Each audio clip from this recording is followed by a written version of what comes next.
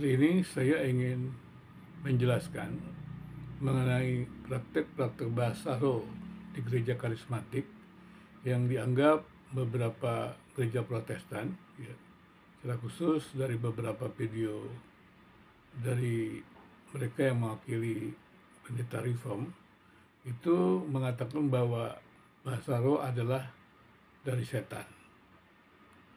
Menurut saya, pandangan ini adalah terlalu cepat dan dalam penelitian saya, mereka-mereka yang menuduh bahkan mengutuk ya praktek-praktek bahasa roh di gereja karismatik, secara khusus gereja karismatik Protestan atau dari Pentakosta ke karismatik, itu tidak memiliki penelitian yang memadai. Dan kemudian mungkin mereka kaget dengan praktek-praktek yang nampaknya tidak biasa dan kemudian secara tanpa teliti dan langsung saja menghantam bahwa pendeta dari gereja tersebut adalah gereja yang dipengaruhi oleh setan. Bahkan tidak jarang mereka juga mengutuk pendeta-pendeta tersebut atau pendeta-pendeta karismatik. Menurut saya tindakan mengutuk, menghakimi itu tidak tepat. Apalagi kalau saya memperhatikan pernyataan-pernyataan dari beberapa pendeta tersebut, ya, baik itu pendeta yang secara khusus di dalam hal ini dinyatakan oleh pendeta Stephen Tong, itu tidak dilengkapi dengan data-data yang memadai. Bahkan kawan-kawan, karena biasanya pendeta Stephen Tong itu menyebut dirinya pendeta Stephen Tong dan kawan-kawan, dan mereka juga yang terlibat ataupun ikut memberikan kutukan ataupun menghakimi dan mengatakan diri paling benar, itu sebenarnya tidak disertai data-data yang valid. Saya berharap bahwa mereka juga belajar atau mencoba mendengar video-video dari Dr. Pascalis Edwin, seorang dosen kitab suci dan juga dari Katolik, dan juga ikut dalam penerjemahan Alkitab. Dalam videonya ketika Dr. Pascalis Edwin berbicara tentang bahasa roh, dia menjelaskan dengan sangat baik. Dia katakan bahwa bahasa roh yang dipraktekkan di gereja karismatik, yaitu gereja karismatik yang berada di Katolik, adalah bahasa roh berupa karunia-karunia roh.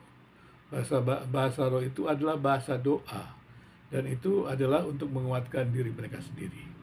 Dan itu dipraktekkan di karismatik Katolik. Dan kemudian gereja Katolik juga sudah melakukan rapat besar untuk menentukan mengenai aliran atau gerakan karismatik itu. Memang pada awalnya gerakan karismatik itu menyebut diri gereja Pentakosta dan dijelaskan oleh Dr. Pascalis untuk gereja Lutheran menolaknya. Tapi kemudian gereja Katolik menerimanya. Tetapi menariknya adalah kalau kita melihat uraian dari Dr. Pascalis, karena beliau cukup memahami Alkitab, mungkin sangat memahami Alkitab karena seorang yang ahli dalam bidang biblika itu, seorang dosen, dan kemudian juga tentunya beliau juga memahami bagaimana langkah-langkah yang diperlukan yang harus dikerjakan dalam menafsirkan Alkitab.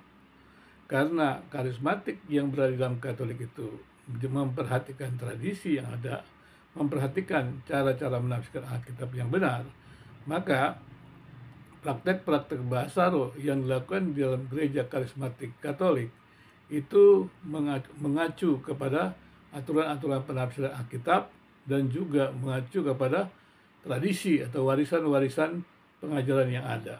Dengan demikian, maka kita bisa melihat praktek karismatik di gereja Katolik tidak menjadi persoalan yang terlalu bermasalah. Berbeda dengan praktek gerakan karismatik dalam gereja Katolik, gerakan karismatik dalam gereja Protestan, Pentakosta, itu menjadi persoalan. Mengapa praktek-praktek bahasa roh di dalam gereja karismatik, Pentakosta itu mendapatkan persoalan?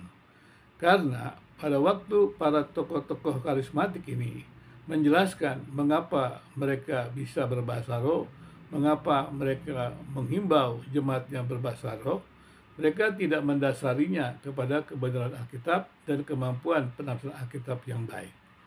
Dan kemudian ketika mempraktekkan tentang penggunaan bahasa roh di gereja, yang sebenarnya sudah dijelaskan oleh Alkitab bahwa bahasa roh yang tidak dimengerti itu adalah bahasa doa. dan tidak perlu dipraktekkan di dalam kehidupan jemaat.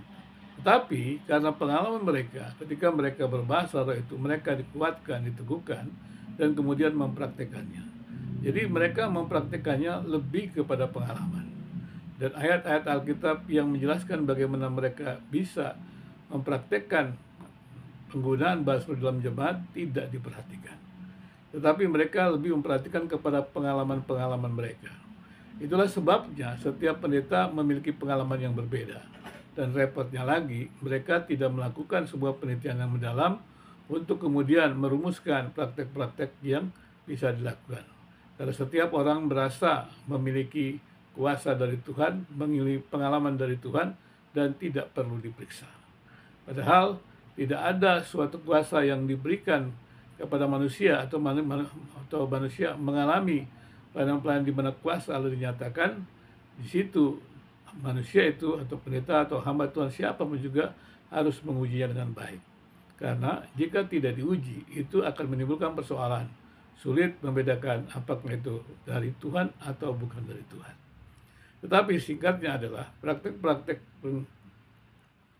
penggunaan dari bahasa roh di dalam jemaat memang di dalam Alkitab tidak didukung. Artinya itu adalah bahasa doa dan bahasa pribadi. Tetapi sekali lagi, dan penggunaan itu harusnya memang ditertibkan, sehingga dengan demikian tidak menimbulkan persoalan-persoalan yang ada.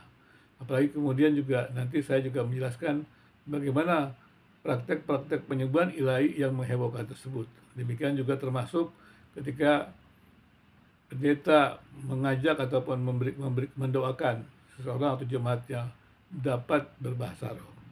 Kalau kita melihat misalnya Philip Mantopa menjelaskan bagaimana dia berdoa untuk jemaatnya memiliki bahasa roh, dan dia menggunakan dengan pengalaman yang dialami.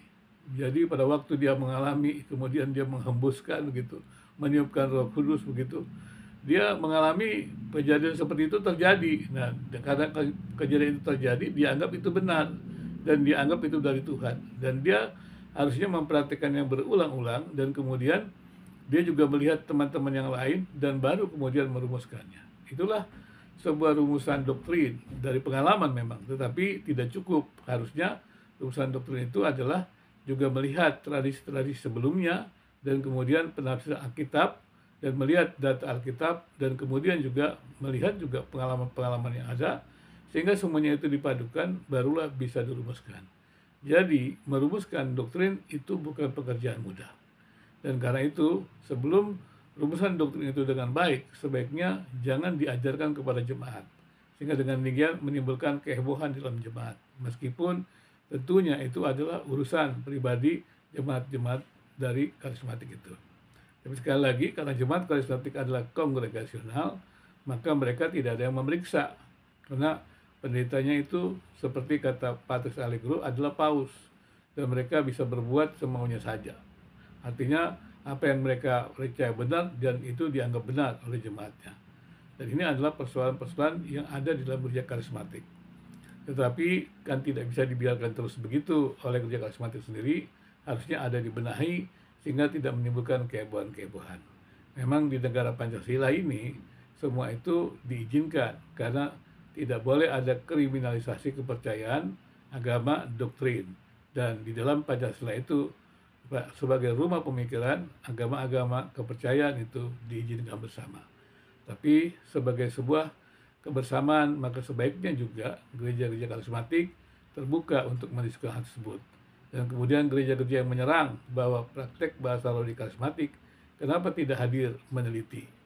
Mereka-mereka yang bersemangat memberikan kutukan kepada pendeta-pendeta karismatik, gereja-gereja karismatik, kenapa tidak datang untuk mengevaluasi, meneliti, dan jangan sembarang menghujat atau mengutuk sesama anggota atau sesama orang percaya atau sesama anak bangsa. Kiranya ya, himbauan saya melalui video ini dari penelitian-penelitian yang ada bisa menolong mereka yang selalu menyerang praktek penggunaan bahasa roh secara serampangan. Demikian juga teman-teman dari karismatik secara khusus juga bisa memperhatikannya supaya ada dialog yang baik dan saling memperhatikan. Dengan demikian maka hubungan anak bangsa ini, ya, antar kepercayaan, antar iman, apalagi dalam denominasi yang berbeda ini, meskipun masih menyamakan sama-sama Kristen, itu bisa berjalan dengan baik.